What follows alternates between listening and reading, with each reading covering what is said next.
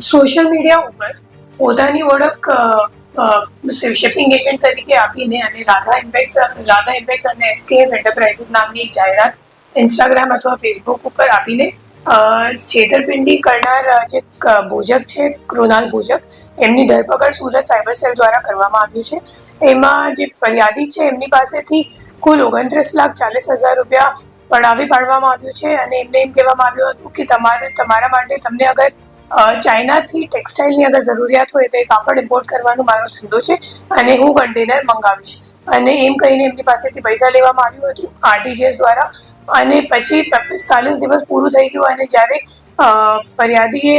પાછળથી એમને પૂછપરછ શરૂ કર્યું કે ક્યાં મતલબ માલ આવી ગયો કે કેમ મારું પૈસા તો રિફંડ કરી નાખ, તો પછી એક બે મહિના સુધી તો એને ફોન ઉપાડ્યો, પછી ફોન ઉપાડવા પણ બંધ કરી નાખ્યું અને આ મામલામાં પછી પાછળથી સામે આવ્યું કે આ ફરિયાદી સિવાય કુલ ગુજરાતમાં 5 અન્ય અને તેલંગાણામાં 1 એમ કરીને 6 હજી બીજા વિક્ટિમ્સ છે અને ટોટલ જે ફ્રોડનો આંકડો છે કુલ 90 લાખ જેટલું થાય છે હાલ સુધીમાં। અને હું લોકોને અપીલ કરું છું હવે તમારી સાથે બી અગર આ માણસે અગર ફ્રોડ કર્યું હોય તો તમે સાયબર ક્રાઇમ સેલનો સંપર્ક કરો અને એવી અગર તમે લોકો અગર સોશિયલ મીડિયા ઉપર જાહેરાત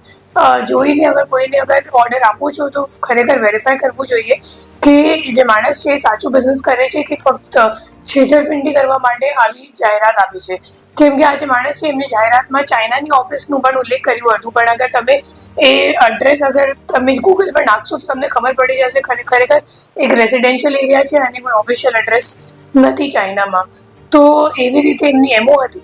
અને પછી આ ફરિયાદ સિવાય બીજા 2 ફરિયાદો પણ આ માણસ અગેન્સ્ટ નોંધાયા છે। એક છે થાને મેં ઇન મુંબઈ પોલીસ અને બીજું છે કામરેજમાં। જે કામરેજવાળી ફરિયાદ છે 2021ની છે અને એમાં જે કૃણાલ ભોજક જે આરોપી છે એને 138નો કેસ ઉપર કન્વર્ટ કરીને પછી જે ક્રિમિનલ કેસ હતું એ પૂરું કરી નાખ્યું છે। તો એ રીતની એની એમઓ હતી।